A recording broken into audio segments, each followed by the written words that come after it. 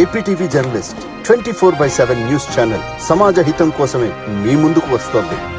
సత్యాన్నే పలుకుదాం, ధర్మాన్నే ఆచరిద్దాం. Please subscribe our channel.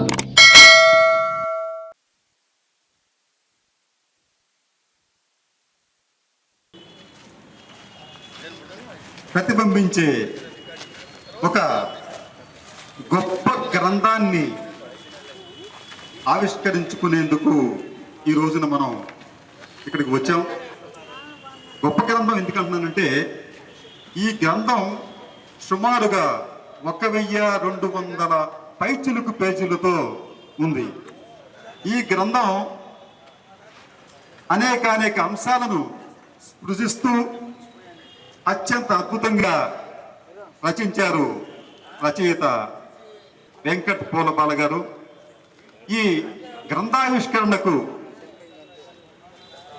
వచ్చిన అతిథులను ఆహ్వానించే ముందుగా ఈ గ్రంథావిష్కరణకు, ఈ కార్యక్రమ నిర్వహణకు మన ఆహ్వానం మేరకు మంచి హృదయంతో వచ్చిన ఆంధ్ర ఆర్ట్స్ అకాడమీ అధ్యక్షుడు గోడ నారాయణరావు గారిని ముందుగా వేదిక మీదకు ఆహ్వానిస్తున్నానండి.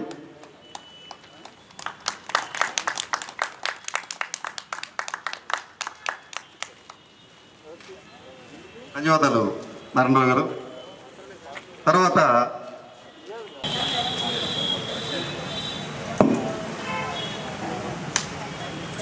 స్వాగతం పలుకుతూ ముందుగా మనం పుస్తకావిష్కరణ చేసుకున్నాం. నిర్వాహకుల్ని పుస్తకావిష్కరణ తగిన ఏర్పాటు చేయవలసిందిగా కోరుతున్నాం. ముఖ్య అతిథిగా విచ్చేసిన శ్రీమతి నందమూరి లక్ష్మీ పార్వతి గారికి కృతజ్ఞతలు తెలియజేస్తున్నాం. పుస్తకం రాయటం ఎంత కష్టమో దాన్ని ఆవిష్కరించడం కూడా అంతే కష్టం ఉంటుందని చెప్పి ఈ సందర్భంగా నాకు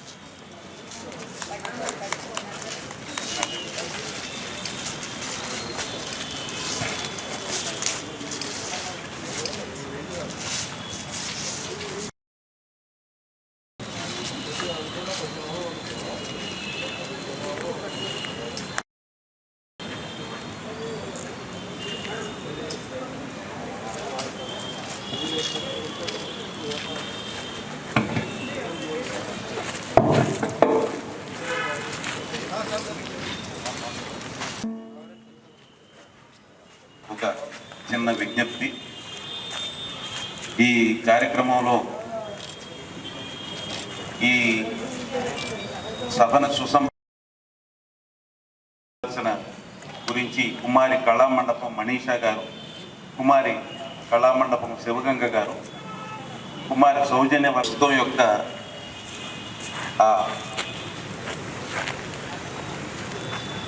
బృహత్తత దాని గురించి చెప్పారు. నిజంగా ఇది బృహత్ గ్రంథమే.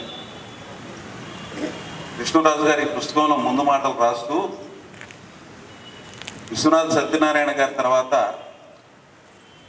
విశ్వనాథ్ సత్యనారాయణ గారు ఏ రకమైన బాణిని అనుసరించారో దానికి కొంచెం వైవిధ్యము చూపిస్తూ తన యొక్క విశిష్టతని మరింత ప్రజ్వలింప చేస్తూ ఈ పుస్తకంలో వెంకట్ పూలపాల గారు చాలా అద్భుతంగా ఒక బృహత్ కావ్యాన్ని మనకు అందించారని చెప్పి ప్రశంసించారు.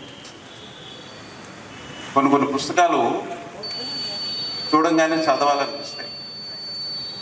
ఇంకా కొన్ని పుస్తకాలు చూసిన తర్వాత చదివిన తర్వాత మనం కూడా అట్లాంటిది రాస్తే బాగుంటుంది అనిపిస్తుంది. అలాగా చదవాలనిపించి రాయాలనిపించిన పుస్తకాల్లో ఈ భారతవర్ష ఒకటి అని చెప్పి ఈ సందర్భంగా అందరి తరఫున మన వెంకట్ పూలపాల గారిని అభినందిస్తున్నాను. ఈ పుస్తకానికి సంబంధించి తర్వాత మిగిలిన వాళ్ళు మాట్లాడేటప్పుడు నేను మాట్లాడతాను కాబట్టి ముందుగా ముఖ్య అతిథి శ్రీమతి నందమూరి లక్ష్మీ పార్వతి గారిని మాట్లాడుతుందిగా ముందుగా శామ్యూల్ ఆనంద్ గారు, మాజీ కలెక్టర్ గారు, ఆయన కూడా చాలా చక్కటి సాహిత్యవేత్త, సామాజికవేత్త, ఆయన మాట్లాడవలసిందిగా కోరుతున్నాను. ఈ భారతవర్ష పుస్తకం గురించి ఫస్ట్ నేను ఈటీవీ వారు ప్రసారం చేసినటువంటి ఘంటారావం కార్యక్రమంలో చూశాను. ఫస్ట్ ఒకరోజు ఘంటారావం కార్యక్రమం చూస్తూ ఉంటే దానిలో వారు చెప్పారు, గిన్నెస్ బుక్ ఆఫ్ వరల్డ్ రికార్డ్స్లో ఎక్కబోతున్నారు త్వరలోనే ఒక తెలుగు రచయిత అతి పెద్ద గ్రంథాన్ని 1256 పేజీలు అనుకుంటా, 1265 పేజీల గ్రంథాన్ని కేవలం 8 నెలల కాలంలోనే రచించి గిన్నెస్ బుక్ ఆఫ్ వరల్డ్ రికార్డ్స్లో ఎక్కుతున్నారు అని, దాంతోపాటు వారి ఇంటర్వ్యూ కూడా ఆ రోజు ఈటీవీ ఘంటారావంలో ప్రసారమైంది. అది చూసి నేను చాలా ఆనందపడాను, చాలా సంతోషపడ్డాను. మన తెలుగు రాష్ట్రంలో ఒక రచయిత, ఒక కవి అంత తక్కువ సమయంలో అంత పెద్ద గ్రంథాన్ని రాయడం అనేది చాలా గొప్ప విషయంగా పరిగణించి, ఆయన ఎవరో నాకు తెలియదు అప్పటికి. ఇంకా పూలపాల వెంకట్ గారు అంటే మంచిది అనుకున్నాను. నెక్స్ట్ ఏమైంది మరి ఆ చూసినప్పుడు నేను ఏమన్నా అనుకున్నానేమో తెలియదు, ఈయన కలవాలని అనుకున్నానేమో తెలియదు. సడన్గా ఆయన నాకు ఒకసారి పరిచయం అయ్యారు, ఒక వారం రోజుల కిందట, ఎగ్జాక్ట్లీ అబౌట్ 1 వీక్ బ్యాక్. ఏంటంటే ఆయన బహుభాషా కవులు, French, German, Spanish, Russian, Chinese, Italian, ఇన్ని భాషల్లో ఆయనకి పాండిత్యం ఉంది. మాకు మా అబ్బాయి ఎంబీఏ చదువుతుంటే వాడికి ఫ్రెంచ్ లాంగ్వేజ్ నేర్చుకోవాల్సిన అవసరం వచ్చింది. ఆ సందర్భంగా వారిని కలుసుకోవడం జరిగింది. వారు ఎంత పెద్ద బహుభాషా కవులు అయినప్పటికీ, ఇంత పెద్ద గ్రంథాన్ని రాసి Guinness book of world records ఎక్కుతున్నప్పటికీ కూడా ఆయన సింప్లిసిటీ నాకు చాలా బాగా నచ్చింది. అంత పెద్ద మనిషి అయినా, అంత పెద్ద రచయిత అయినా, అంత పెద్ద పేరు ప్రఖ్యాతులు సంపాదించిన తర్వాత కూడా అన్ని లాంగ్వేజెస్ నేర్చుకుని ఆయన మరి ఇంతకుముందే హైదరాబాద్లో కూడా ట్రాన్స్లేటర్గా, అఫీషియల్ ట్రాన్స్లేటర్గా నాగార్జున యూనివర్సిటీలో ఫ్రెంచ్ ఇవన్నీ బోధించారని చెప్పి తెలిసింది. అంత నాలెడ్జ్, అంత జ్ఞానం సంపాదించినప్పటికీ కూడా వారి సింప్లిసిటీ నాకు బాగా నచ్చింది. చాలా సింపుల్గా మేము పిలిచిన వెంటనే మా ఆహ్వానాన్ని మన్నించి వారు ఇచ్చేశారు మా దగ్గరికి. దీనికి నేను వారికి చాలా కృతజ్ఞుడై ఉన్నాను. అదే రోజున వారు ఈ పుస్తకం కూడా తీసుకొని వచ్చారు. నేను అనుకున్నాను, అంటే టీవీలో చూసినప్పుడు నేను అనుకున్నాను, ఈ పుస్తకం అంత పెద్ద పుస్తకం రాశారు కదా, ఆయన ఎలా ఉంటాడు ఏంటో, ఎలా ఉంటుంది ఆ పుస్తకం అనుకున్నాను. ఇమీడియట్గా 1 వీక్లో నాకు ఆ పుస్తకంతో సహా పుస్తకం రాసిన రచయిత గారు కూడా పరిచయం అయ్యారు. దిస్ ఇస్ గ్రేట్ అని చెప్పి నేను అనుకున్నాను. వారు ఆ రోజు పరిచయం అయినప్పుడు కూడా చాలా సింపుల్గా ఉన్నారు, చాలా ఆయన సంస్కారం నాకు బాగా నచ్చింది. ఇమీడియట్గా ఆయన, నేను ఈ పుస్తకాన్ని ఆవిష్కరించాలండి, ఆవిష్కరణ సభకి మీరు రావాలి ఖచ్చితంగా అని చెప్పి అడిగినప్పుడు నేను చాలా సంతోషంతో ఒప్పుకున్నాను. కాబట్టి ఈ యొక్క భారతవర్షం పుస్తకం చాలా పెద్దది, మరి చదవాలంటే చాలా టైం పడుతుంది. ఇప్పుడు మాకందరికీ మామూలుగా పడుకొని చదవడం అలవాటు. పడుకొని చదివేటప్పుడు మాత్రం ఇది పడుకొని చదవలేమేమో అనుకుంటాను, చాలా పెద్ద బరువు ఉంది, ఇది చేతులు పట్టేస్తాయి. కాబట్టి ఖచ్చితంగా దీన్ని కూర్చొని టేబుల్ మీద పెట్టుకొని చదవాల్సిందే, తప్పదు చదవాలంటే. లేదా భారతవర్షం పుస్తకం అది కూర్చొని జాగ్రత్తగా చదివితే కానీ అర్థమయ్యేటట్టు లేదు. అంటే ఆయన చాలా సులభ శైలిలో రాశానని చెప్తున్నారు, ఆ సులభ శైలిలోనే ఉంది. నేను ఒక 4-5 పేజీలు ఆ రోజే చదవడం జరిగింది. ఒక సందర్భం వస్తే, man is known by the books he reads and the company he keeps అని ఒక సేయింగ్ ఉంది. అదే సేయింగ్ నేను ఒక పేజీ తెరిచినప్పుడు అదే మాట రాశారు ఇందులో భారతవర్షంలో. చాలా అది కూడా ఒక కోఇన్సిడెన్స్ లాగా జరిగిందనమాట. ఒక మనిషి తన చదివే పుస్తకాలను బట్టి, తనకున్న స్నేహితులను బట్టి ఆయన గుణగణాలు తెలుసుకోవచ్చు అనే మాట ఆయన ఇందులో ఏదో పేజీలో రాశారు. అదే రోజు ఆయన మాట్లాడినప్పుడు అది చూశాను. కాబట్టి ఈ యొక్క పుస్తకం ఎంత వాల్యుబుల్, ఎంత పెద్దది, ఎంత వాల్యూమినస్ బుక్ ఆఫ్ 1265 పేజెస్ 8 monthsలో రాయడం అనేది గొప్ప పని. అందులోనూ దానిలో తెలిసిపోతుంది వారికి ఉన్న పాండిత్యం, వారికి ఉన్న భాష మీద పట్టు, అన్ని భాషల మీద, సంస్కృతం మీద, తెలుగు మీద, తెలుగులో ఉన్న కవిత్వం మీద, ఛందస్సు మీద వారికి ఉన్న పట్టు తెలిసిపోతుంది. కాబట్టి ఈ పుస్తకాన్ని మీరు అందరూ కూడా చదివాలని, ఇది ఆయన ఆధ్యాత్మిక శృంగార కావ్యం అని అభివర్ణించారు. ఆయన మాటల్లోనే ఉంది. ఆధ్యాత్మిక శృంగార కావ్యం అంటే మరి చాలా చదవడానికి బాగా ఇంట్రెస్టింగ్గా ఉండొచ్చు అని చెప్పి నేను అనుకుంటున్నాను. కాబట్టి ఇదందరూ కూడా మీరందరూ చదివి ఆనందిస్తారని చెప్పి ఆశిస్తూ, నన్ను మరి ఈ ఆవిష్కరణ సభకి పిలిచినందుకు మీకు అందరికీ ధన్యవాదాలు తెలియజేసుకుంటూ, ముఖ్యంగా ఈ భారతవర్షం గద్య పద్య కావ్య రచయిత శ్రీ పూలబాల వెంకట గారికి నా ధన్యవాదాలు. Thank you. ఆయన మాజీ కలెక్టర్ గారు, ఒక అత్యున్నతమైన జిల్లాలో ఒక అత్యున్నతమైన పదవి కొన్ని సంవత్సరాల పాటు చేసిన తర్వాత కూడా అంత నిరాడంబరంగా, అంత సాహిత్య రంగంలో ఉన్న వ్యక్తులతో కలిసిపోవటం అనేది అది మీ మంచి వ్యక్తిత్వానికి ఇది ఒక సూచిక అని చెప్పి నేను ఈ సందర్భంగా మిమ్మల్ని అందరి తరఫున హృదయపూర్వకంగా అభినందిస్తున్నాను. మీరు మన వెంకట్ పూలబాల గారి నిరాడంబరత గురించి చెప్పారు. ఆయనకి ఏంటంటే పదాడంబరత లేదు, వాగాడంబరత కూడా లేదు, అంతా నమ్రతే. చాలా మంచి వ్యక్తి అనేది మీరు అతి తక్కువ పరిచయంతో కూడా గుర్తించినందుకు ధన్యవాదాలు తెలియజేస్తూ, ఇందాక పుస్తకం అలాగే నిద్రపోయే ముందు అని అన్నారు. కొన్ని పుస్తకాలు చదివితే నిద్ర వస్తాయి.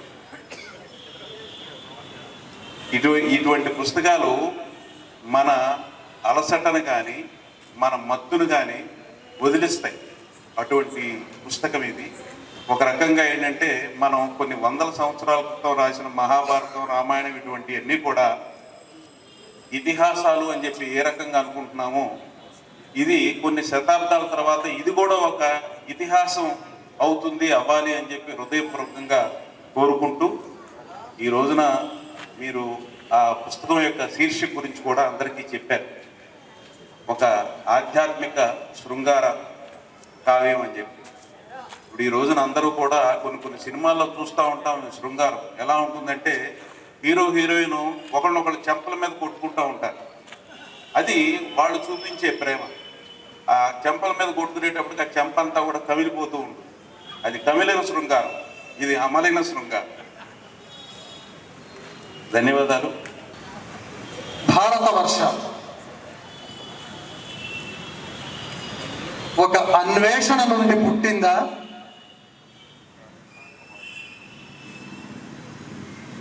ఒక ఆలోచనకు అక్షర రూపం దాల్చిందా,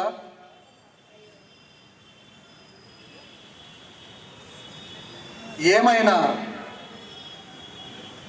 ఆధునిక తెలుగు సాహిత్యంలో ఒక గొప్ప నవలా రచయిత దొరికాడు. అది తెలుగు నేల, తెలుగు సాహిత్యం చేసుకున్నటువంటి ఒక అదృష్టంగా నేను భావిస్తున్నాను. ఈ మధ్యకాలంలో ఇంత పెద్ద గ్రంథం రాసినటువంటి రచయితను నేను చూడలేదు. పెద్దవారు ఎవరైనా చూసి ఉంటే ఉండవచ్చేమో.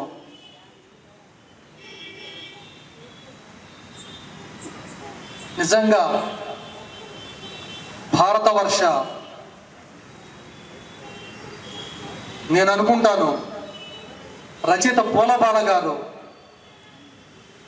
ఏదో అన్వేషిస్తూ, ఏదో సమాజానికి తెలియచెప్పాలని ఆశిస్తూ ఈ రచన కొనుక్కున్నారేమో అనిపిస్తుంది.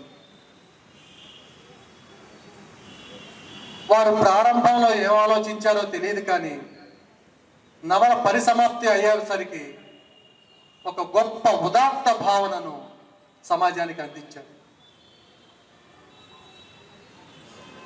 భారతవర్ష ఈ శీర్షిక ఇంతవరకు ఎవరు ఏ నవలకు పెట్టలేదు. పూలబాల గారు నేను అనుకున్నది సరదా కోసమో కాలక్షేపం కోసమో ఈ నవల రాశారని భావించట్లా. దాదాపు 6-7 భాషల సాహిత్య జ్ఞానం సంపాదించుకున్నటువంటి బులబల గారు ఏదో ఆశించారు, ఎక్కడో కలత చెందారో కలగన్నారో, సమాజానికి ఒక సందేశం ఇవ్వదలుచుకున్నారు. ఇప్పటికే వారు నేర్చుకున్నటువంటి విదేశీ భాషలో రచనలు చేశారు. అయినా తృప్తి చెందలేదేమో. తృప్తి చెందకపోవడానికి కారణం ఎవరి మాతృభాషాభిమానం వారిది. ఆ మాతృభాషాభిమానం ఉన్నది కనుకనే తను చెప్పదలుచుకున్నటువంటి సందేశం తను నేర్చుకున్నటువంటి తన అమ్మ భాషలో చెప్తే అద్భుతంగా వ్యక్తమవుతుంది, అర్థమవుతుంది అని భావించి ఈ అద్భుతమైనటువంటి నవల రాశారు.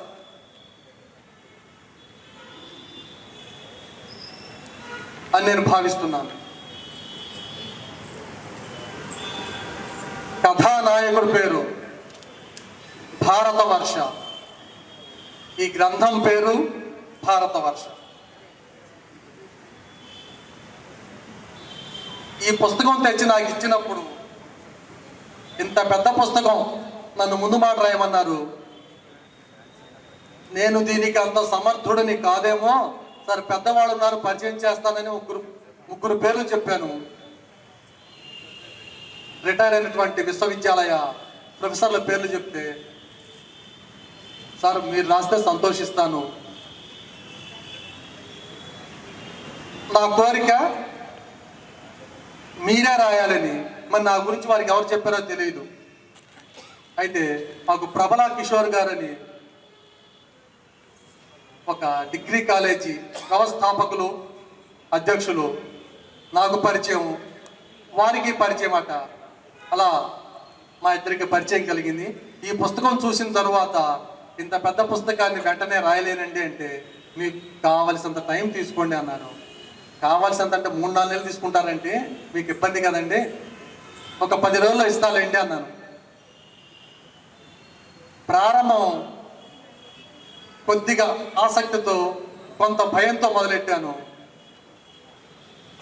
నిజంగా వారం రోజులు రూమ్లో కూర్చుని కూడా యూనివర్సిటీలో పేజీ తిప్పటమే సరిపోయింది. అంత ఆసక్తి కలిగించింది. కథ కాదు, కథనం.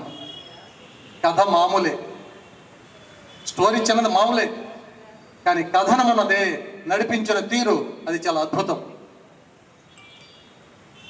10 రోజులు కాదు 7 రోజులనే పూర్తి చేశాను. నాకు తెలిసి ఇప్పటి వరకు ఈ పుస్తకాన్ని పూర్తిగా చదివిన వాళ్ళు 1 రచయిత అయి ఉంటారు, 2 నేనై ఉంటాను, 3వ వారు ఇంకెవరైనా మా తర్వాత అయి ఉంటారు. మేడం గారిని మర్చిపోయాను. ఇక వారు ఒకే కుటుంబం కనుక తప్పదు, చదివి ఉంటారు, సలహాలు కూడా ఇచ్చి ఉంటారు. దీనికి సంబంధించి ఒకే 5 నిమిషాలను ముగిస్తాను. నేను ఇచ్చినటువంటి శీర్షిక దీనికి భారతీయ ఆత్మకు ప్రతీక భారతవర్ష.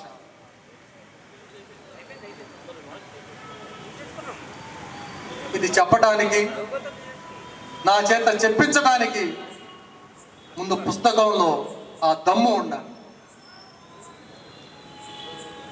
అంత పటిష్టంగా, ఎందుకంటే భారతీయ ఆత్మ అంత తేలికైనది కాదు. భారతీయ ఆత్మ ఎంత విశిష్టమైనదో ఒక్కసారి మన ప్రాచీన భారతీయ చరిత్ర చదువుకుంటే ఆత్మ యొక్క గొప్పతనం, ఆత్మ యొక్క ఔన్నత్యం, అది మన జాతి ఔన్నత్యం, మన రక్తంలో ఉన్నటువంటి గొప్పతనం, అది భారతీయత, ఆ జాతీయత. అంత గొప్పగా దీనిలో ప్రతిపాదించారు వారు. పుస్తకం చేతికి శోభ, మెదడుకు మేధ, మనసుకు త్రోవ, మొత్తంగా మనిషికి జ్ఞానం. అటువంటి శోభను చేకూర్చి, మేధను పెంచి, త్రోవను చూపించి, జ్ఞానం కలిగించి, చివరకు మోక్షం ప్రసాదించే అక్షర సాక్షాత్కారం ఈ భారతవర్ష గ్రంథం. ఇది ఒక చక్కని వచన ప్రబంధంగా నేను భావించాను. ఈ నవల లేక ఈ వచన ప్రబంధం చదివిన తర్వాత ఎన్ని ఆలోచనలు వస్తాయంటే, పాఠకుడి ఊహకు అందవు అన్ని ఊహలు, అన్ని ఆలోచనలు, అన్ని సన్నివేశాలు, అన్ని సందర్భాలు ఒకే ఒక్కరు సృష్టించి అలా పరుచుకుంటూ వెళ్ళిపోయారు. అది ఆ రచయిత యొక్క వెన్నెముక గొప్పదనం, హృదయం గొప్పదనం, చేత పట్టిన కలం గొప్పదనం. ఒక ఆలోచన కాదు, సమాజాన్ని ఎంత లోతుగా పరిశీలిస్తే ఎన్నెన్ని అంశాలు సమాజంలో విస్తరించి ఉన్నాయో ఆ అన్ని అంశాలు ఒక మనిషిలో ఒక లక్షణమే ఉండొచ్చు. ఇన్ని కోట్ల మందిలో ఇన్ని వ్యక్తిత్వాలు, ఇన్ని లక్షణాలు, అవన్నిటికీ కూడా వీటిలో స్థానం కలిగించారు. ఎన్ని పాత్రలు ఓ కథలు, అన్ని పాత్రలు కల్పన చేయటం చాలా కష్టం, కానీ అసాధ్యం కాదు. దాన్ని సుసాధ్యం చేసి చూపించారు పూలబాల గారు. ఇందులో ప్రేమ, శృంగారం, ఆధ్యాత్మిక దృష్టి, ధర్మ ప్రబోధం, సంస్కృతి పరిరక్షణ, ఆధునికత, భాషా పోషకత్వం, శాస్త్రజ్ఞానం, చారిత్రక చర్చ, ఇన్ని అంశాలు. ఇన్ని పేజీల పుస్తకాన్ని వివరించడానికి ఎంత సమయం కావాలంటే సరిపోదండి. ఇక్కడ పుస్తక పరిచయం మాత్రమే, అది సంక్షిప్తంగా చేయవలసిన అవసరం, అది సందర్భం ఇది. కనుక ఈ పుస్తకం తీసుకున్న తర్వాత ఎవరూ కూడా వృధాగా పక్కన పెట్టకండి. పూర్తిగా చదివిన వాళ్ళని కనుక చెప్తున్నాను, నిజంగా భారతీయ ఆత్మ ఏ స్థాయిలో ఉన్నదో, భారతవర్ష అనే కథానాయకుడు అతి సామాన్యుడు, అత్యున్నత పురస్కార స్థాయికి ఎదిగిన వాడు, కానీ ఎక్కడా కూడా మానవత విలువలు, మనిషి ధర్మం, ఈ రెండే ఈ పుస్తకానికి మూలం. ఈ రెండు ఎక్కడ తొలగల. ఎటువంటి ఆశలకు, మోహాలకు, లోభాలకు లొంగిపోల ఒక స్థిత ప్రజ్ఞత కలిగినటువంటి వ్యక్తిగా అతన్ని తీర్చిదిద్దారు. అటువంటి వ్యక్తిత్వాన్ని అందరూ సంపాదించుకోవాలని, సంపాదించుకుంటే కాదు, దాన్ని నిలబెట్టుకోవడానికి నిరంతరం ప్రయత్నం చేస్తూ ఉండాలని, అలా చేస్తూ ఉంటేనే భారతీయ ఆత్మ సజీవంగా ఉంటుందని సాక్షాత్కరింపజేశారు ఈ కావ్యంలో. అందుకే ఇది అద్భుతమైన కావ్యంగా బయటకు వచ్చింది, భారతీయ ఆత్మకు ప్రతీకగా నిలిచింది. ఇటువంటి ఈ అవకాశం నాకు ఇచ్చినటువంటి పూలబాల గారికి, పెద్దలందరూ కూడా సవినయంగా నమస్కరిస్తూ మీ అందరికీ మనందరికీ తెలిసే ఉంటుంది కదా, వెంకట్ పూలబాల గారు బహుభాషా కోవిదులు. ఆయన స్పానిష్ బుక్ ఆవిష్కరణకి టోటల్ ఐలాపురంలో అట్లుందండి. అప్పుడు నేను కూడా రావటం జరిగింది. ఒక భాషలోనే ఒక మాట, మన అందరికీ మాతృభాష అయినటువంటి తెలుగులోనే మాట్లాడాలి అని అంటే పదాలన్నింటినీ ఏర్చుకొని కూర్చుకొని మనం మాట్లాడతాం, మామూలు మాటలు మాట్లాడటానికి. అలాంటిది ఒక పుస్తకం మాతృభాషలో రాయటమే కష్టమైతే ఎన్నో భాషల్లో రాసినటువంటి మరి ఆయన మేధస్సుకి, ఆయన ఆ భాషలో రాయటానికి ఆయన చేసినటువంటి కృషికి నిజంగా నమస్కారాలు తెలియచేయాలి. ఆయన ఒక్కైనే కాదు, మరి వారి సతీమణి వరలక్ష్మి గారు కూడా సుమారు 40 పుస్తకాలు పైగా ఆవిడ కూడా రాయటం అనేది జరిగింది. మరి భార్యాభర్తలు ఇద్దరికి ఒకే అభిరుచి, అభిలాష ఉండి దానితోటి ముందుకు కలిసి వెళ్ళటం అనేది చాలా, అది సమాజం అంతా కూడా గర్వించదగ్గ విషయం. ఇకపోతే ఈరోజు ఈ పుస్తకం గురించి పెద్దలందరూ చెప్పారు.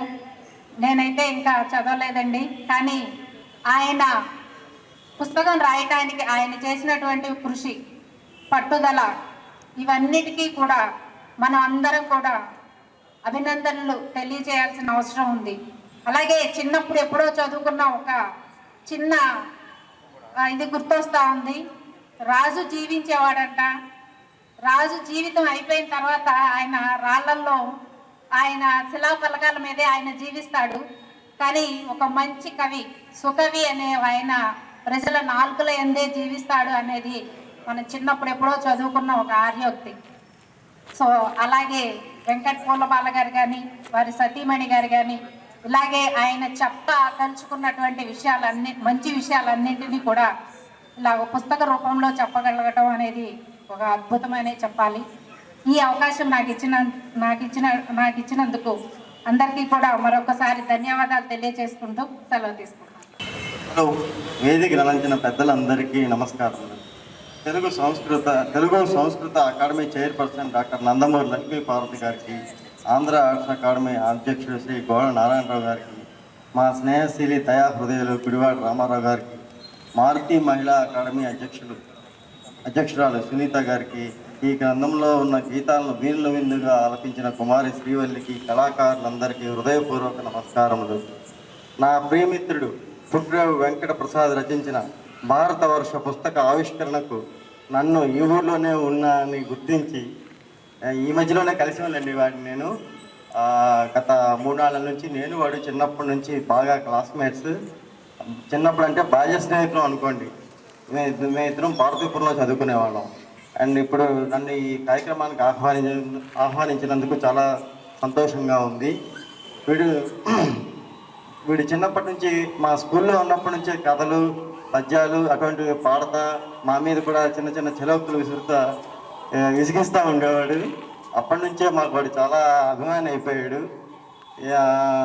దానికి కొంచెం చిరాకు వచ్చేది. కానీ అలాంటి వాడు ఇప్పుడు గిన్నిస్ బుక్ ఆఫ్ వరల్డ్ రికార్డ్స్లో పేరు పొందే విధంగా దూసుకుపోతున్నందుకు నాకు చాలా సంతోషంగా ఉంది ఈ పుస్తకం విషయంలో. అండ్ ఈ భారతవర్ష గురించి నేను పెద్దగా చెప్పేదేం లేదండి.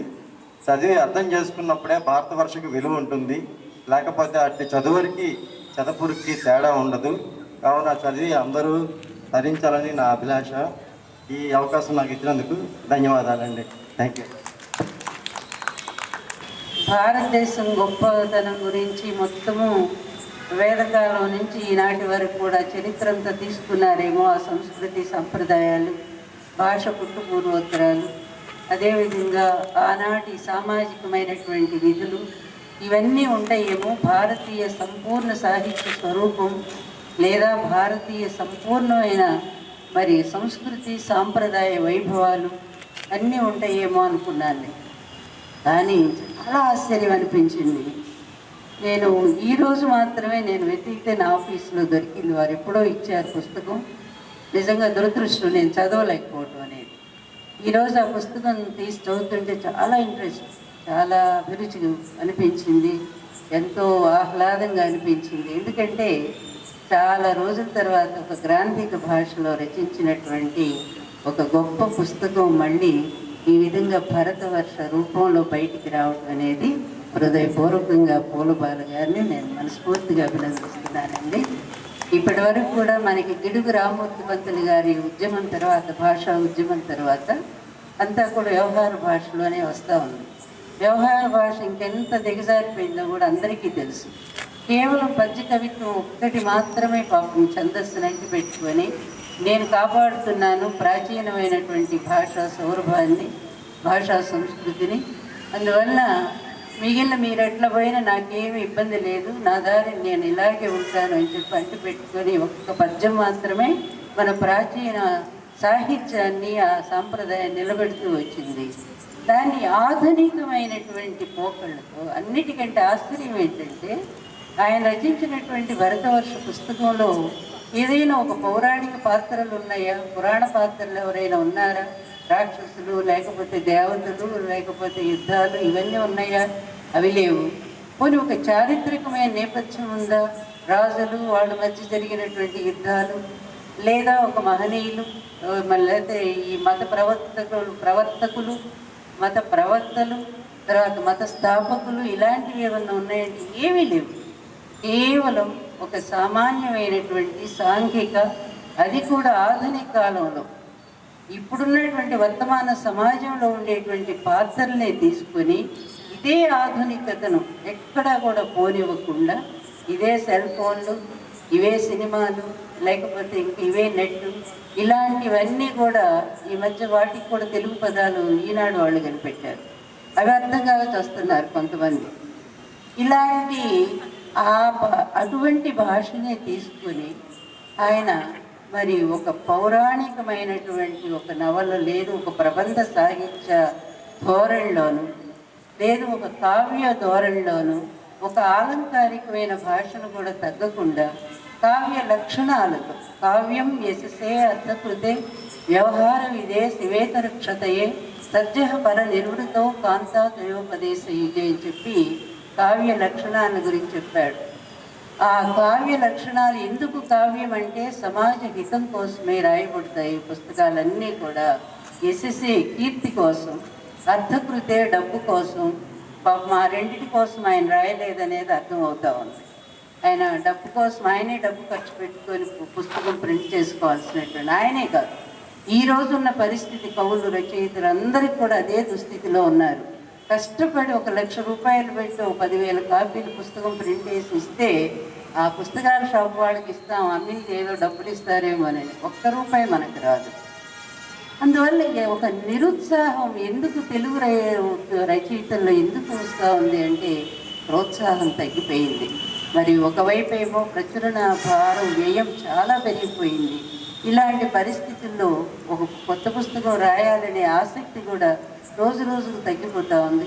ఇటువంటిది మరి వీటికి ఒక సంపూర్ణమైనటువంటి ప్రోత్సాహం ఇవ్వాల్సినటువంటి బాధ్యత కూడా ప్రజల మీదే ఉంది. నిజం చెప్పాలంటే ఒకనాడు రాజులు ఇచ్చారు, ఈరోజు ప్రజాస్వామ్య వ్యవస్థలో ప్రజలే ప్రభువులు అయ్యారు కనుక ప్రభుత్వాలు కంటే కూడా ప్రజలు మళ్ళీ సాహిత్యాన్ని నిలబెట్టుకోవాల్సిన అవసరం ఉంది. అందువల్ల ఈనాడు ఒక సమాజ శ్రేయస్సు కోసం ఆయన ఒక కొత్త తరహాలో మళ్ళీ ఒక ప్రయోగం అనుకోవాలి. వీటిని ఒక ప్రయోగం, అందులో వచనం ఉంది, అదేవిధంగా కవిత్వం ఉంది, పద్యం ఉంది, ఆ పద్యం ఛందస్సుతో కూడి ఉంది. ఇవన్నీ కూడా మళ్ళీ ఒక గ్రాంధికమైనటువంటి దాంట్లో సరళిలోనే సాగింది.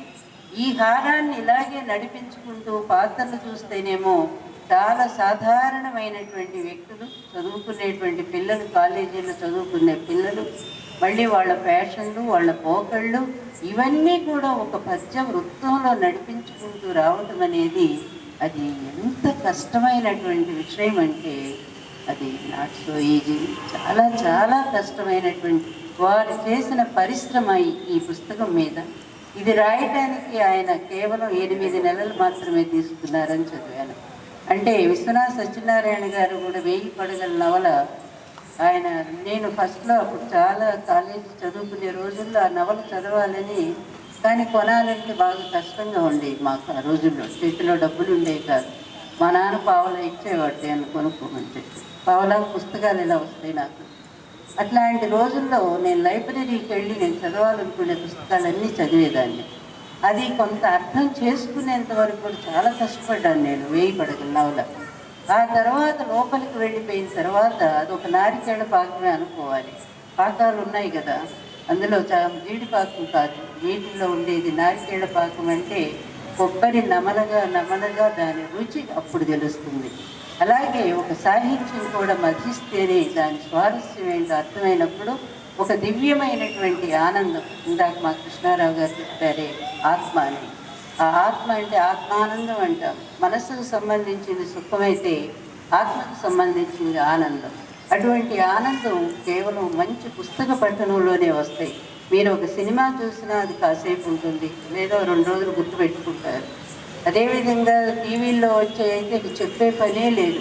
భయంకరంగా మనస్సుని చెడగొట్టి మన వ్యక్తిత్వాన్ని హననం చేసి కంప్లీట్గా మనల్ని మనమే మర్చిపోయి అసలు మన బ్రెయిన్ కంటే మన మెదడు కనీసం పనిచేయలేనటువంటి పరిస్థితిలో వస్తున్నటువంటి ఈరోజు అది కూడా సాహిత్యం అనే పేరుతోనే వాళ్ళు సాగిస్తూ ఉన్నారు. దుర్మార్గం. ఈ సమాజాన్ని నాశనం చేయడానికి వచ్చినటువంటివి ఈనాడు ఉండేటువంటి సినిమాలు కానీ, అదేవిధంగా టీవీలు కానీ, ఈ రెండు ఎంతగా యువతను చెడగొడుతున్నాయో అది అందరికీ ప్రత్యక్ష అనుభవమే. అది అందువల్ల ఇట్లాంటి పరిస్థితుల్లో పుస్తకాలు చదవాల్సినటువంటి అవసరం ఎంతైనా ఉంది అనేది మొన్ననే నేను ఈ బుక్ ఎగ్జిబిషన్ గ్రౌండ్లో పెట్టినప్పుడు నన్ను చీఫ్ గెస్ట్గా పిలిచారు.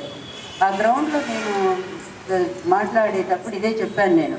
ఎందుకంటే ఈరోజు సర్వే ఒకటి వచ్చింది, అంటే రీడర్స్ మళ్ళీ పుస్తకాన్ని పఠించేటువంటి వాళ్ళు ఎంతమంది ఉన్నారు పట్టికలు అనేటువంటి చదివితే చాలా కొంచెం సంతోషం. అంతా కాదు, అంతకుముందు కేవలం 15-20% వరకు ఉన్నటువంటి వాళ్ళు ఈరోజు 46% పెరిగారట. అంటే సీరియల్ మొహం వచ్చేసి ఉంటాయి, సినిమాలు విసుగు పుట్టేసి ఉంటాయి, లేకపోతే రేట్లు పెరిగి కొనలేకపోయి ఉండొచ్చు. అందువల్ల మళ్ళీ పుస్తకం చదువుకుంటే హాయిగా ఉంటుందనే ధోరణి మళ్ళీ తిరిగి రావడం అనేది చాలా మంచి పరిణామం. అందువలన కానీ రాసేటువంటి రచయితలకి సరైనటువంటి ప్రోత్సాహం కూడా ఇవ్వాల్సిన బాధ్యత ఉంది. సాహిత్యం ఏదో అయిపోతుంది, భాష ఏదో అయిపోతుంది అని గుండెలు బాదుకునే వాళ్ళకంటే ఆ సాహిత్యాన్ని నిలబెట్టి ఆ భాషను కాపాడుకోవడానికి ఏం చేయాలి అనేటువంటి వాళ్ళు కూడా బయలుదేరి దానికోసం కృషి చేసేవాళ్ళు కూడా ఏర్పడినప్పుడు మాత్రమే మంచి పుస్తకాలకు అవకాశం ఉంటుంది. ఆయన రచించిన ఈ పుస్తకంలో కూడా పాత్రల ఔన్నత్యం నేను చూశాను. చదివిన పేజీల వరకు కూడా భరతవర్ష అనే పేరే ఒక హీరో, అంటే ఈ కథానాయకుడి పుస్తకానికి అతని పేరే భరతవర్ష. ఏ అర్థంలో మరి ఆయన తీసుకున్నారో భరతవర్ష అనేది, భరత అనేది భారతదేశము లేదా భాయామృత భారత అనేటువంటి ఆ వ్యుత్పత్తి అర్థం ఉంది. కాంతిలో రమించే దేశమే భారతదేశం అని, భాయామృత భారత అని. కాంతి, విజ్ఞానము, వెలుగు ఏదైనా చెప్పుకోవచ్చు భారత అంటే. అందువల్ల దాంట్లో మరి విహరించేటువంటి భారతదేశం యొక్క మరి పూర్తి సంపూర్ణమైన ఆ ఆత్మను పట్టుకోగలిగినటువంటి, అంటే ఆ విలువల్ని, ఆ ధార్మిక మార్మికతల్ని అర్థం చేసుకొని వాటిని నిలబెట్టడం కోసం కాపాడటానికి వచ్చినటువంటి ఒక మంచి పాత్రగా ఆయన మలిచి ఉండొచ్చు అని నేను అనుకుంటున్నాను భరతవర్ష. అంతే అంటారా? అది అందువల్లనే ఆయన భరతవర్ష అనే పేరు పెట్టారు. ఇది మరి ఏ అర్థంలో ఆయన తీసుకున్నారో, వర్షానికి కూడా చాలా అర్థాలు ఉన్నాయి. వర్షం అంటే సంవత్సరం అని అర్థం ఉంది, వర్ష అంటే వర్షం అని అర్థం ఉంది, ఇంకేమన్నా అర్థం ఉందో తెలియదు. భారతదేశము దేశం అని అర్థం ఉంది.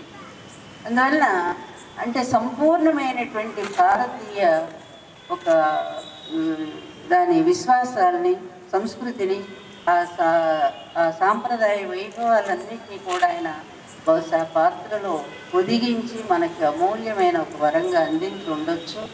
అందువల్ల మిగిలిన పాత్రలన్నీ ఆ పాత్ర చుట్టూ అలా కేంద్రంగా తిరుగుతూనే ఉంటాయి. చివరికి చదివిన తర్వాత నేను పూర్తిగా మరొకసారి మాట్లాడగలను ఆ పుస్తకం గురించి. ఏదైనా కవి గారు చేసినటువంటి గొప్ప ప్రయోగం ఈ రోజుల్లో ఎవ్వరూ చేయలేదని చెప్పచ్చు. ఈ రోజుల్లో అందులో ఈ వ్యవహార భాష ఒక నడుస్తున్నటువంటి చరిత్రలో మళ్ళీ ఆయన మరి గ్రాంధిక భాషను ఎంచుకొని పద్య గద్య ఈ రెంటితో కూడినటువంటి అన్ని పేజీలు అండి. ఒక 200 పేజీలు పిహెచ్డి చేయడానికి అల్లాడిపోతున్నారు స్టూడెంట్స్. 200 పేజీలు చాలండి అని అడుగుతుంటారు గైడ్లు. నాకు కూడా స్టూడెంట్ నొప్పి చెప్పారు ఆంధ్ర యూనివర్సిటీ నుంచి. మొన్న ఆయన ఫోన్ చేసి అంటారు, మేడం గారు 200 పేజీలు ఏంటంటే సరిపోతుందా అని. 200 పేజీలు ఎంపీల్లోనే చేస్తూ ఉన్నాము, పిహెచ్డీకి ఇంకా చేయాల్సి ఉంటుందని చెప్పాను. అందువల్ల అట్లాంటిది ఆయన దాదాపుగా 1200 పేజీల 2000 పేజీలు 1265 పేజీల పుస్తకాన్ని 8 నెలల్లో ఆయన రాశారంటే దీక్ష, తపస్సు. దాని వెనుకున్నటువంటి ఆయన వేదన, ఆవేదన అన్నిటినీ మించి ఆ అభిమానం, అభిరుచి, ఇన్ని భావాలు కలబోసుకుని ఒక అద్భుతమైన సృష్టికి ఆయన నాంది పలికారు, శ్రీకారం చుట్టారు. అయితే అంత స్థాయిలో ఈ పుస్తకం కూడా పాఠకుల మనస్సుకు ఎక్కడానికి తగిన ప్రయత్నం కూడా అందరూ చేయాలి అని మనస్ఫూర్తి కోరుకుంటూ రచయితకు మరొక్కసారి అభినందనలు అందజేస్తూ నేను నిజానికి లక్ష్మీ పార్వతి గారు మాట్లాడిన తర్వాత ఎవరు మాట్లాడినా కానీ ఏదో డేలగా ఏదో రకంగా ఉంటుంది. అంటే సూర్యుడి ముందు ఒక డ్యూటీ లాగా అది ఇంకో రకంగా ఉండొచ్చు. కానీ నేను చెప్పాల్సిన విషయం ఏంటంటే భారతవర్ష పుస్తకాన్ని మొట్టమొదట చూసి దాని రుచి చూసిన వ్యక్తుల్లో ఒకడిని. అప్పుడు చెప్పాను ఆయనకి, ఏమండి ఈ గ్రంథం అనేది మీకు మంచి పేరు ప్రఖ్యాతులు తేవడమే కాకుండా ఒక మంచి సాహిత్యంగా తెలుగులో నిలిచిపోతుంది, ఇది ఒక త్రికాల గ్రంథంగా మారుతుంది అని చెప్పానండి. ఆ త్రికాల గ్రంథం అంటే బహుశా రచయిత గారు కూడా త్రికాల గ్రంథం అనే విషయాన్ని తెలియకనే రాశారు. త్రికాల గ్రంథం ఏంటంటే ఈ గ్రంథంలోని కథానాయకుడు భారతవర్ష, ట్రెడిషనల్ హీరోయిన్ అరుణధార. అరుణధార అంటే ఎర్రని జెండా ఎన్నియలు అనుకుంటాం మనం. ఏవైనప్పటికీ కూడా ట్రెడిషనల్ ప్లస్ అట్లాగే ఏంటంటే ఆ రెండు పాత్రలు ఎంచుకున్నారు. ఆ భారతవర్ష పాత్ర మాత్రం గతం గురించి నిరంతరం ఆవేదన చెందుతూ, నేటి గురించి పరితపిస్తూ, భవిష్యత్తు బాగా ఉండాలని కోరుకుంటూ అనేక సందర్భాల్లో అనేక మాటలు, పద్యాలు, పాటలు పాడించాడు ఆయన భారతవర్షతో. అందుకని ఏం చెప్పానంటే ఈ గ్రంథం త్రికాల గ్రంథం. పూర్వం, ప్రాచీన అంటే గతించిన కాలం, వర్తమానం, భవిష్యత్, ఈ మూడు కూడా ఒక పాత్రతో మీరు చెప్పించారు. కాబట్టి దీనిని నేనైతే త్రికాల గ్రంథం అంటానని చెప్పడమే కాకుండా నా ముందు మాటలో త్రికాల గ్రంథం అనే మాట వాడటమే కాకుండా ఇది భవిష్యత్తులో Guinness book of world records లాంటి రికార్డ్స్ను కూడా ఆకర్షిస్తుంది అని చెప్పాను. Okay, what maybe. అయితే దీనికి చిన్న కొనసాగింపుగా ఆ భరతవర్షలో ఆ కథానాయకుడు పడిన వేదన, ఆవేదన లాంటిదే నాది కూడా చిన్న ఆవేదన ఉంది. అదేమిటంటే మీకు ప్రపంచంలో మొట్టమొదటి రచయిత లేదా కవి ఎవరు అంటే మనం గబుక్కులు చెప్పలేమండి. కానీ దానికి కొన్ని చారిత్రక ఆధారాలను తీసుకొని ఈ ప్రపంచంలో మొట్టమొదటి కవి ఎవరు అంటే మెసపటమియా నాగరికత కాలంలో జీవించిన ఎన్హీ దువానా అనే ఆవిడ ఈ ప్రపంచంలో మొట్టమొదటి కవిగా నిర్ధారించారు. ఆవిడ ఎప్పుడు బతికిందండి? క్రీస్తుకు పూర్వం దాదాపు 1400-1500 సంవత్సరాల క్రితమే ఆవిడ జీవించారు. ఇది ఈ ప్రస్తుతం ఉన్న ఇరాన్కి మధ్యన ఉన్న యూఫ్రటీస్, టైగ్రస్, ఈ రెండు నదుల మధ్యన ఏర్పడిన ఒక గొప్ప నాగరికత మెసొపొటేమియా నాగరికత. ఆ తర్వాత ముస్లిం ఇన్వేటర్స్ కారణంగా ఆ నాగరికత ఆనవాళ్ళు లేకుండా తుడుచుకుపోయింది, అది వేరే విషయం. ఆ నాగరికత కాలంలో ఈ ఎన్హీ దువానా ఒక కవిత్వాన్ని రాసింది. దేని మీద రాసిందండి ఆవిడ? ఆ రోజుల్లో మట్టి పలకలను తయారు చేసి వాటి మీద వారి భాషలో తమ లెటర్లను లిఖించి వాటిని ఎండబెట్టి దాచేవారు అనమాట. అలా దాయటం వలన అవి చెదలు పట్టలేదు, మరో విధంగా నాశనం కాలేదు. ఇప్పటికీ కూడా అనేక వేలాది అటువంటి చారిత్రాత్మక పలకాలు లేకపోతే పుటలు, అంటే మట్టితో చేసిన ఒక పుటలు లాంటివి అనమాట. ఇవన్నీ కూడా ఎప్పటికీ ఉన్నాయండి. చాలా మంది ఈ విషయం గమనించట్లేదు. అది ఆవిడ అటువంటి రచయిత ఒక చక్కని మాట చెప్పింది. దానికి ఈ త్రికాల కావ్యానికి ఉన్న సంబంధాన్ని చెప్పే ప్రయత్నం చేస్తున్నాను నేను. ఆవిడేం చెప్పిందంటే, నేను ఈ యుగంలో ఈ కాలంలో ఉన్నాను, గతించిన కాలం ఎంత బాగుంది, కానీ ఈ రోజున నేను ఒక నీడలోకి వెళ్ళాలనుకుంటున్నాను, కానీ భవిష్యత్తు భయంగా ఉంది. ఆ నీడ నన్ను ఒక చీకటి గుహలోకి లాగేస్తుందేమోనని. గతంలో నాకు చక్కటి పరిసరాలు ఉండేవి, నేడు నేను చక్కటి చిరుగాలను ఆస్వాదిస్తున్నాను, కానీ నాకు భవిష్యత్తు భయం వేస్తుంది. ఈ చిరుగాలి నన్ను సుడిగుండంలోకి లాగేస్తుందేమోనని అని చెప్పి ఒక అద్భుతంగా ఆవిడ 5-6 పంక్తులు రాసిన గొప్ప వనితండి. ఆవిడ కూడా ఆ రోజున పడిన వేదన ఏమిటంటే, గతం బాగుంది, నేను వర్తమానంలో ఉన్నాను, కానీ భవిష్యత్తు అంటే భయంగా ఉంది అనే ఒక 3 కాలాలకు సంబంధించి ఆవిడ చక్కటి పద్యాలను రచించింది. ఆ రోజుల్లో ఆవిడ చందమామని దేవుడిగా భావించేవారు. ఆ చందమామ మీద అనేక కవితలు ఆవిడ రచించారు.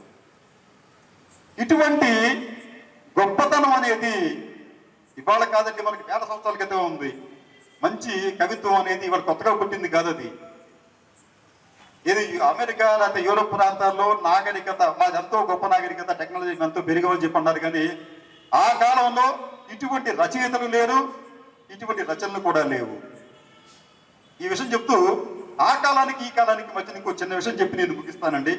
ఏమిటంటే, ఈ ప్రపంచంలో అత్యంత అద్భుతమైన జాతి, అలాగే అనేక వేల సంవత్సరాలుగా తన ఉనికిని కోల్పోకుండా కొనసాగిస్తూ వస్తున్న జాతి ఏదైనా ఉంది అంటే అది ఏమిటంటే అది ఆంధ్ర జాతి. ఇది అతిశయోక్తి కాదండి. మీకు ఆంధ్ర అనే ప్రస్తావన వేదాల్లో ఉంది. ఐతరేయ బ్రాహ్మణం అనే వేదాలకు సంబంధించిన అదొక విభాగంలో ఆంధ్ర శబ్దం ప్రస్తావన ఉంది. రామాయణ మహాభారతాల్లో ఆంధ్ర శబ్దం ఉంది. అశోకుని శిలాశాసనాల్లో ఆంధ్ర శబ్దం ఉంది. అలాగే జాతక కథలు, అంటే గౌతమ బుద్ధుడి తర్వాత రచించిన జాతక కథలు ఉన్నాయి. దానిలో కూడా ఆంధ్ర శబ్దం, ఆంధ్ర జాతి గురించి ఉంది. అలాగే మనందరికీ చాలా మంది వింటూ ఉంటాం మనం విష్ణు సహస్రనామాలు. విష్ణు సహస్రనామాల్లో తమిళం గురించి, మలయాళం గురించి, ఎవ్వరి గురించి ఉండదండి. కానీ అక్కడ కూడా నిషూద ఆంధ్ర అంటే విష్ణుమూర్తి ఒక రాక్షసుని సంహరించారు. ఆ రాక్షసుడు ఏ ప్రాంతం వాడు అంటే ఆంధ్ర ప్రాంతం వాడని చెప్పి ఉంటుంది. అంటే మీకు ఆ కాలంలో ఉన్న అనేకానేక జాతులు ఉన్నాయి. అంగ, వంగ, కళింగ, రకరకాల జాతులు ఉన్నాయండి. ఆ జాతుల పేర్లు ఏమీ కూడా ఈ రోజున లేవు. మనకన్నా గొప్పగా భావించే తమిళియన్స్, మలయాళీస్, ఒరిస్సాస్, వారి పేర్లేవి కూడా ప్రాచీన గ్రంథాల్లో ఎక్కడా లేవు. ప్రాచీన జాతులన్నీ అంతరించిపోయినాయి. కానీ అంతరించిపోకుండా ఇప్పటికీ మనుగడ సాధిస్తున్న ఏకైక జాతి ఏదైనా ఉందంటే అది ఆంధ్ర జాతి మాత్రమే. ఇది మనందరూ గర్వించాల్సిన విషయం. అది సామాన్య విషయం కాదండి. అది నేను చెప్పిందంతా కూడా సార్ అది వేరే విషయం అండి. కౌరవుల తరపున ఉన్నా కానీ కౌరవుల తరపున అనేక మంది ఉన్నారు. మేడం గారు చక్కటి విషయం చెప్పారు. కౌరవుల తరపున అనేక జాతులు ఉన్నాయండి, కానీ ఆ జాతులు ఈ రోజులు లేవు. రామాయణంలో కూడా చెప్పారు రచయిత, ఈ ప్రాంతంలో వీళ్ళు ఉన్నారని చెప్పి, కానీ ఆ జాతులు ఏమీ ఈ రోజు లేవు. కానీ సజీవంగా ఉన్న జాతి మాత్రం ఆంధ్ర జాతి మాత్రమే. ఇది ప్రపంచంలోని అతి ప్రాచీనమైన సజీవంగా ఉన్న జాతి ఆంధ్ర జాతి. ఈ ఆంధ్ర జాతికి మనం ఒక చక్కటి తెలుగునిచ్చాం. తెలుగు కూడా మధ్యలో వచ్చిందండి, మొదటి నుంచి లేదు తెలుగు అనేది. అది భాష మారుతూ పరిణామక్రమంలో మనకు తెలుగు లభించింది. ఈ తెలుగులో మనం చక్కటి రచన చేస్తున్న బాగానే ఉంది. కానీ మనం మరోసారి మన పూర్వభావాన్ని ఈ ప్రపంచానికి చాటాలి. మన గొప్పతనాన్ని మనం తెలుసుకుంటే మనం ఇతరులు చెప్పగలుగుతాం. కానీ ఆ పని మనం చేయలేకపోతున్నాం. దయచేసి మీలో ఒక్కరైనా ఇద్దరైనా కానీ ఆంధ్ర చరిత్రను చదవండి, దాన్ని ప్రపంచానికి తెలియజేయాలని చెప్పి కోరుకుంటూ మరోసారి వెంకట్ పూలబాల గారికి, అలాగే వరలక్ష్మి గారికి, ఇతర లక్ష్మీ పార్వతి గారికి, ఇతర ప్రముఖులందరికీ కూడా మనస్ఫూర్తిగా ధన్యవాదాలు తెలియజేస్తూ, ఈ భారతవర్ష గ్రంథం రాసేటప్పుడు ఇంత రాస్తానని నేను అనుకోలేదు. నాకు తెలుగు మీద ఎంత పిచ్చి ఉండేది కాదు. ఇప్పుడు ఎంత పిచ్చి ఉందంటే చొక్కా చింపుకొని ఎట్లా అయినా వెళ్ళి తెలుగు తెలుగు తెలుగు అనేటువంటి దాంతోనే ఒక ఇది ఎక్కిపోయింది నాకు. అది దిగదండి. లక్ష్మీ పార్వతి గారు, డాక్టర్ లక్ష్మీ పార్వతి గారు ఈ వేదిక అలంకరించి ఒక సామాన్యుడైన నాలాంటి ఒక చిన్న రచయిత ఇంతవరకు ఏదో ఇది ఎంత విజయం సాధిస్తుందో, ఎక్కడికి వెళ్తుందో అనేటువంటిది నాకు ప్రస్తుతం కాదండి. జన హృదయాల్లో ఉండాలి, పెద్దల ఆశీర్వచనం అనేటువంటిది నాకు రావాలి. అది నాకు వచ్చింది. అందుకని ఇప్పుడు ఇందాక నారాయణరావు గారు చెప్పినట్టుగా నేను కూడా మరి ఇంతమంది ఆశీర్వచనం పొందిన నేను మరి తగ్గేదేలే. నేనెందుకు తగ్గాలి? ఇంతమంది ఆశీర్వదించినప్పుడు నేను తగ్గవలసిన పని ఏం లేదు. నేను తెలుగులో మరిన్ని రాద్దామని అనుకుంటున్నానండి. మరి భారతవర్ష రాయడానికి పడిన కష్టాలు చెప్పాల్సిన పని ఏం లేదు. ఈ వేలు పనిచేయడం మానేసింది పూర్తిగాను. ఒక నెలలు పట్టు ఈ భుజం ఆగిపోయింది. రాత్రి పడుకునేది కేవలం 2 గంటలు పడుకుంటూ ఉండేవాడిని. ఇంకా వల్ల మీద పడుకోవడం, అలా రాయడం. మొట్టమొదటి ప్రారంభించడమే అనువుగ వేడగ భారతి ఆహార్య మహత్వ కవిత్వ సక్తతన్ కినుకము వీడి నిత్య ఘనకావ్య రసజ్ఞనవ చైతన్యమున్ కనకము నీ కృప భృగువు కాది సనాతని దివ్య భాసకన్ మనమున బుట్టు పద్యములు మాలగ నిత్తు తలొగ్గివానికి. ఎందుకంటే నేను తెలుగు చదువుకోలేదు. తెలుగు చదువుకుని పండిత్ అంటే చాలా పిచ్చి అనమాట. ఇంత అంత కాదు. నేను ఎప్పుడు రాస్తూ ఉంటాను. బహుశా ఫేస్బుక్లోని అలా సామాజిక మాధ్యాల్లో ఎవరైనా నాకు పరిచయస్తులు స్నేహితులు ఉంటే వారికి తెలుస్తుంది. తెలుగు నేర్చుకుంటే దేవుణ్ణి అర్థం చేసుకోవడం తెలుస్తుంది. తెలుగు ఛందస్సు నేర్చుకుంటే గురువులో దేవుడు కనిపిస్తాడు. తెలుగు ఛందస్సు నాకు పట్టుపడలేదు. నేను చాలా కష్టపడ్డాను దాని గురించి అని. మొట్టమొదటి చేసినటువంటి తప్పులు మెల్లగా దిద్దుకుంటూ నేను ముందుకు వచ్చాను. ఈ గ్రంథ రచన పూర్తి అయిన తర్వాత ముఖ్యంగా ఆచార్య ఎన్వి కృష్ణారావు గారి దగ్గరికి వెళ్ళేటప్పుడు కాళ్ళు 2 వణికాయి. అసలు నేనేంటి వెళ్ళి ఇంత పెద్ద పుస్తకం ఇస్తే ఎవరు చదువుతారు? అసలు ఏ రకంగా సాధ్యం అవుతుంది? అసలు ఎవరు కూడా దీన్ని చదవకపోతే దీన్ని ఏ రకంగా ముందుకు తీసుకొస్తాం? ఇప్పుడు నేనేదో రాశాను, నేనే చెప్తే కుదరదు. అప్పుడు అడిగినప్పుడు నాకు వారు నిజంగా దయా ప్రేమ కనిపించింది. తీసుకుని నిజంగానండి ఎవరు కూడా అంత పెద్ద గ్రంథాన్ని చదవాలి అంటే అక్టోబర్ 7వ తారీఖున నాకు వచ్చింది. ఆయన కలిసి ఇవ్వడం జరిగింది. తర్వాత ఒక నెలల కాలంలో నాకు వారు ఇచ్చారు, ముందు మాట రాసి ఇచ్చారు. నేను చదివిన తర్వాత కూడా డంగ్ అయిపోయాను. ఏంటి ఇది? ముందు మాట కాదు, ఇది నేను ముందుకు పోవడానికి బాట అని నాకు అనిపించింది. అప్పుడు నేను అది చూసిగా నేను ఆశకవితలు ఎక్కువ రాస్తూ ఉంటాను జనరల్గా. మందాక్రాంత చంద్రంలో శ్రీమంతంబౌ నెనరుగ పత్రంబులే కాంచ చిత్తమే మందారంబౌ జదవ శ్రీమంతంబౌ నెనరుగ పత్రంబులే కాంచ చదవగ చిత్తమే మందారంబౌ ఆమ్రేడితంబౌ గుణంబే హేమంబంచు ఆమ్రేడితంబౌ గుణంబు హేమంబేయంచు. ఇట్లాగా ఒక పద్యం రాశాను. నేను వెంటనే రికలెక్ట్ చేసుకోలేకపోతే ఈ పద్యాలు నేను ఎప్పుడు ఎగ్జైట్మెంట్ ఉన్నప్పుడు చెప్తున్నప్పుడు కొంచెం వర్షపడడం జరుగుతున్నారండి. కానీ ఈ పద్యాన్ని రాసి నేను వారికి పంపించాను. అలాగే అక్షర సుమాల అని ఒకటి నేను రాశాను. అంటే ఎంత గాఢమైనటువంటి నేను గురుగారి మనసులో చాలా గట్టిగా నిలుపుకున్నాను. అన్య భాషల్లో రాసిన నాకు ఆనందం దొరకలేదు.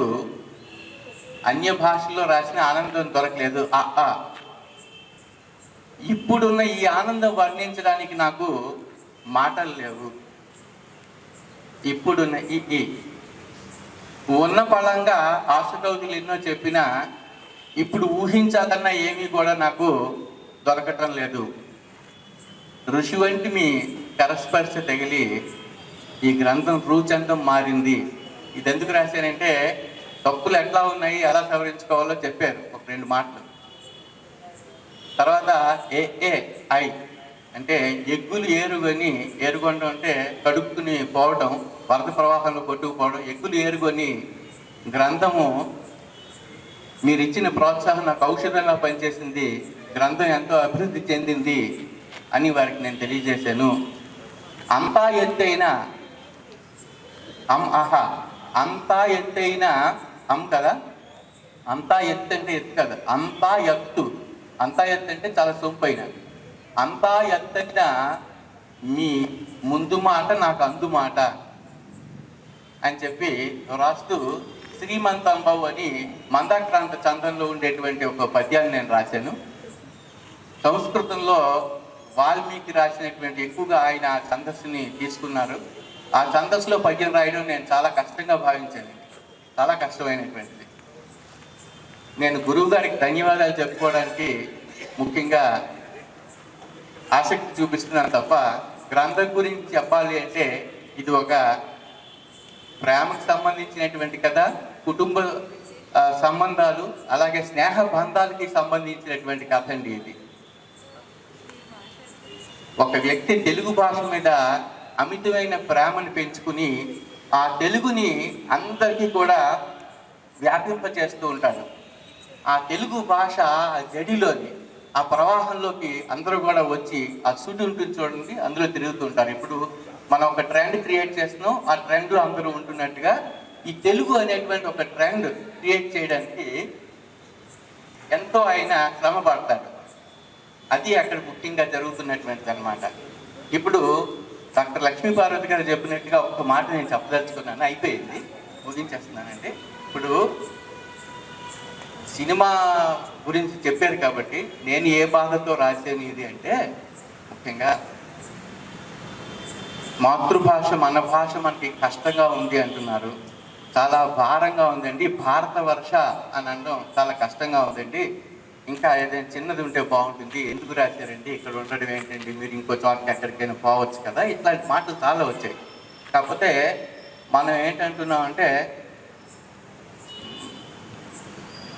ఫాదర్ జాయింట్, ఫ్యామిలీ జాయింట్, బిజినెస్లో సెంటిమెంట్ సిమెంట్లా వర్కౌట్ అయ్యి స్ట్రాంగ్ అయిపోయింది.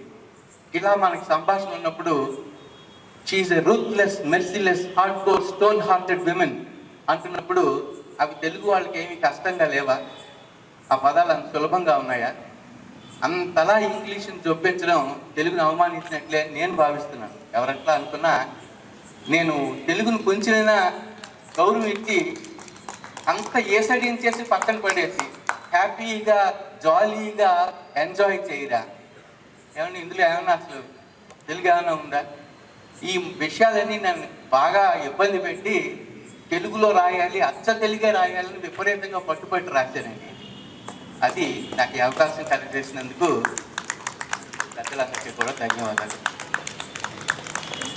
Please subscribe our channel.